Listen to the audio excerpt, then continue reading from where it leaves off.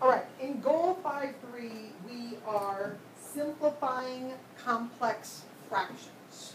Simplifying complex fractions. And yes, they're a little more complicated by name alone, okay? But a complex fraction simply means that you have a fraction within a fraction. That's what it means. A complex fraction is a fraction within a fraction. Your goal, your first goal, is to make it a single fraction over a single fraction. Like this first one here. This is a fraction over a fraction. Let me show you one that's not. This one is not. This is not a single fraction. So we have to make it that way if it's not a single fraction. Okay? So let's just talk about the first one. Once you have it as a single fraction, then you're ready to do your factoring and canceling, because that's what it involves again. Okay? Let's make sure that you understand that the main fraction bar is here. Sometimes that's not so obvious, but that's the main fraction bar. So once you have a single fraction over a single fraction, we are ready to do our work. Okay? So in the numerator, I can do nothing to x minus 5. So I'm going to leave it x minus 5. In my denominator, I go to factor it.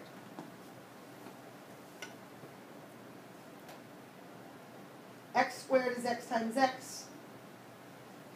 My signs are plus plus. And then 6 and 1, or I'm sorry, 6 can be 6 and 1 or 2 and 3. And because I want a 7 in the middle there, I'm going to use 6 and 1.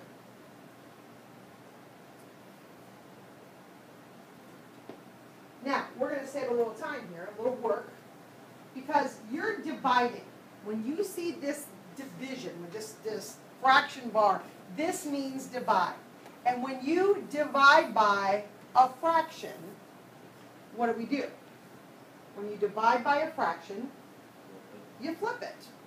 Okay? Even though this is not written with the division symbol and then a fraction, we're still dividing by a fraction. So it's kind of like goal 5.1. So you kind of do parts of goal 5.1 and then you do parts of goal 5.2 to do these. Okay? So in goal 5.1, we would flip this fraction. That's what we're going to do. We're going to flip this now. So this x plus 6 is going to come up to the top, which does not factor. And then the x squared minus 5 is going to go to the bottom. And that's a difference of squares.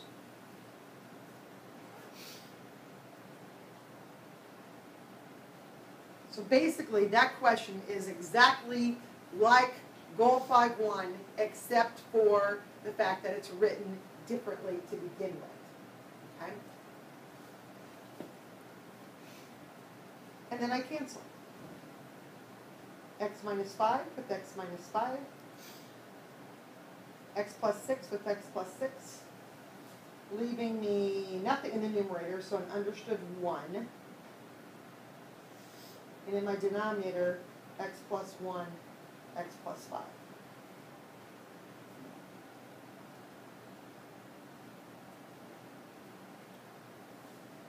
Okay, so that one started off nice for us because it was one fraction over one fraction. So what happens when it's not? Like the next examples. Okay. When it's not a single fraction, you have to make it that way. This involves doing what you did today on your assessment. I'm going to recommend, although you really don't have to, if there's not a denominator present, to put it over 1. So like this one here, I'm going to write that as 25 over 1. Okay?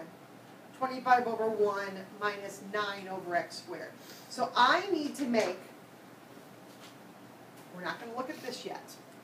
We're just going to look at the top, just the numerator. Okay? I need to make a common denominator.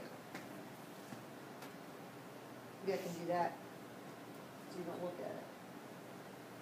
I need to make a common denominator. There's only one denominator really, x squared, because this wasn't there to begin with. So my common denominator is x squared.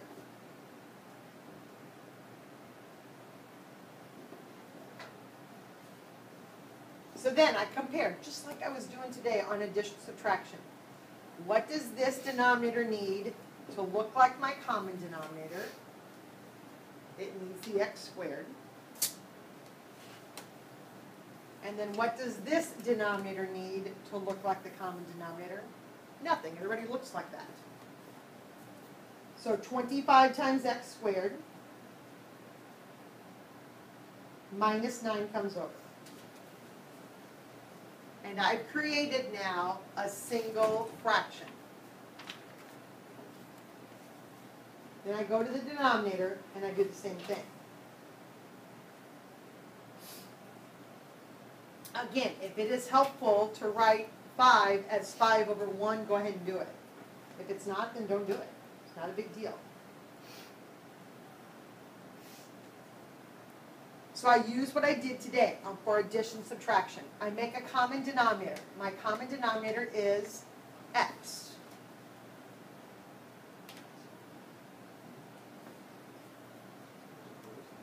So the first denominator compared to the common denominator doesn't have anything, so it needs the x.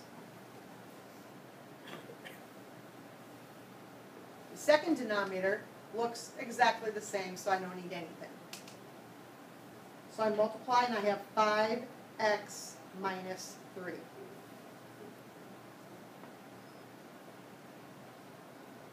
Then it turns into the first example I did. I now have one fraction over one fraction. So I'm ready to factor, flip it, cancel. So start here.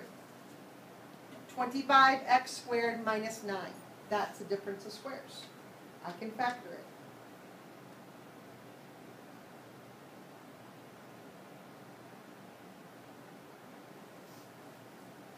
X squared, can't do anything to x squared. It's a monomial term.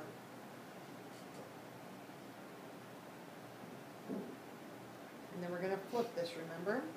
We're dividing. I should have wrote that on the first one. We're going to flip this. So this x is going to come up top. Don't move.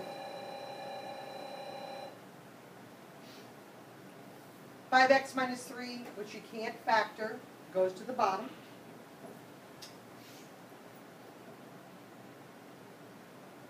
So again, once I write it as this single fraction, it's just like goal 5-1, just written differently. Written as a complex fraction instead of the division symbol. And then we cancel. 5x minus 3 with 5x minus 3. This x up top with one of those there. So that whole thing's gone with just one of those.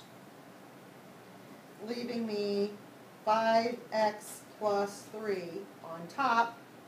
And on the bottom I have an x left. So we should be seeing lots of things that we've done before. Because first we're doing the addition subtraction to make them single fractions. Then we're doing the factoring and flipping like we did in goal 5-1. Okay? When we get back from lunch, we'll continue.